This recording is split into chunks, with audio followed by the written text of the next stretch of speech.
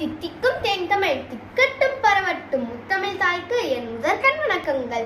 நடுவர் அவர்களே, ஆசிரியர் பெருமக்களே, வருங்கால தூண்களே, எதிர்காலம் நீங்களே, மாணவ பெருஞ்செல்வங்களே, அனைவருக்கும் இனிய காலை வணக்கம். என் பெயர் தோகா மகதீஸ்ரீ.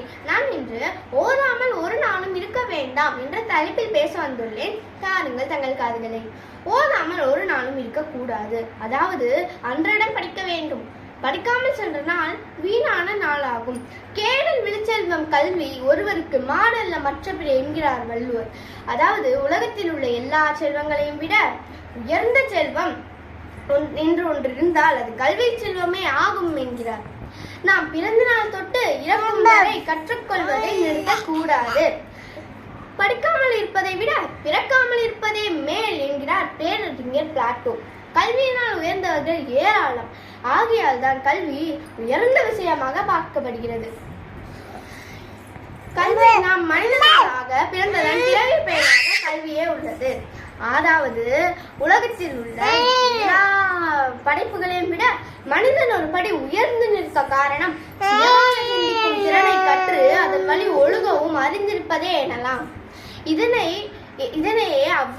இதனையே வள்ளுவர் கண்ணுடையோர் என்போர் கற்றோர், கல்லாதோர் முகம் திறந்து புண்ணுடையோர் என்று கல்வியின் சிறப்பை கூறுகிறார். கல்வி ஒன்றினாலே மனிதன் அறியாமை என்னும் இருளிலிருந்து விடுபட்டு ஆக்கப்பூர்வமாய் சிந்திக்க தலைப்படுகிறார். கல்வி கற்றவர்கள் அதிக பண்புடையவர்களாக இருப்பர்.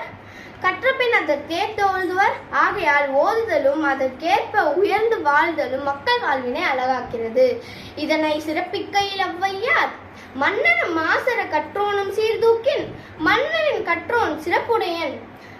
ஏனெனில் மன்னனுக்கு தன் தேசம் இல்லாமல் சிறப்பில்லை, கற்றவனுக்கு சென்ற இடமெல்லாம் சிறப்பு என்று கற்றோரின் பெருமையையும் கல்வியின் பெருமையையும் கூறி பெருமை கொள்கிறார். இதனையே நம் முன்னோர்கள் பிச்சை புகழும் கற்கை நன்றே என்று கல்வியின் மகத்துவத்தை எடுத்துரைக்கின்றனர். உலகநாதர் உலகநீதி என்னும் நூலில் ஓதாமல் ஒரு நாளும் இருக்க வேண்டாம் என்று கூறுகிறார். எனக்கு வாய்ப்பளித்ததுக்கு மிகவும் நன்றி.